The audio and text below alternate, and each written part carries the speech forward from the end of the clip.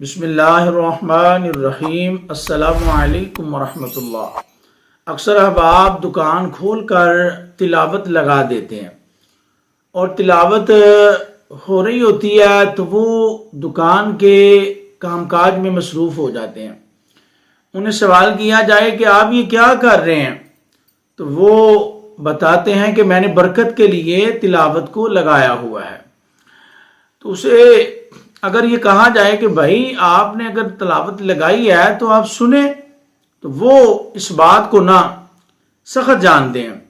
اکثر خواتین کا معمول ہے کہ صبح صبح نماز فجر کی ادائیگی کے بعد وہ تلاوت لگا دیتی ہیں، موبائل پر، ٹی وی پر یا لیپ ٹاپ کمپیوٹر پر، اور تلاوت ہو رہی ہوتی ہے، قرآن پاک پڑھا جا رہا ہوتا ہے تو وہ اپنے گھر کے کام کاج میں مصروف رہتی ہیں۔ آیا کہ ایسا کرنا کیسا ہے؟ آئیں قرآن مجید فرقان حمید سے ایک تلاوت کے بارے میں کیا حکم ہے جانتے ہیں۔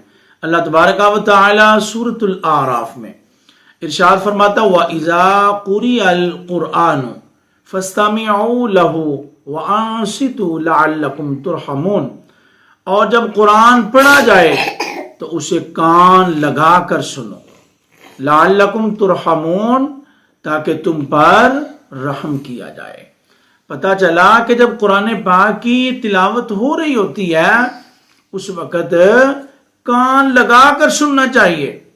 اب جو بندہ کام کاج میں مصروف ہے، جو مائیں بہنیں بیٹیاں تلاوت لگا کر گھر کے کام کاج میں مصروف ہو گئیں، اب وہ کان لگا کر کیسے سنیں گی؟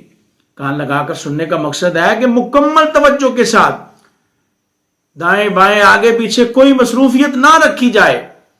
اگر ہاتھ مصروف رہیں، آپ کے پاؤں مصروف رہیں، نگاہ کہیں مصروف کام کاج میں رہے، ظاہر دیکھیں گے تو کام کاج کریں گے، چاہے وہ دکان کا ہے، چاہے وہ گھر کے امور خانہ میں مصروف ہیں خواتین۔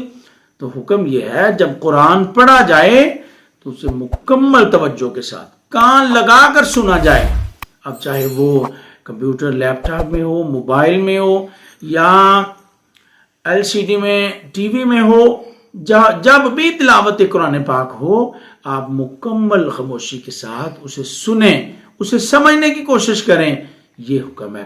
اور قرآن پاک پڑھنا سنت ہے اور سننا واجب ہے، یاد رکھیے گا۔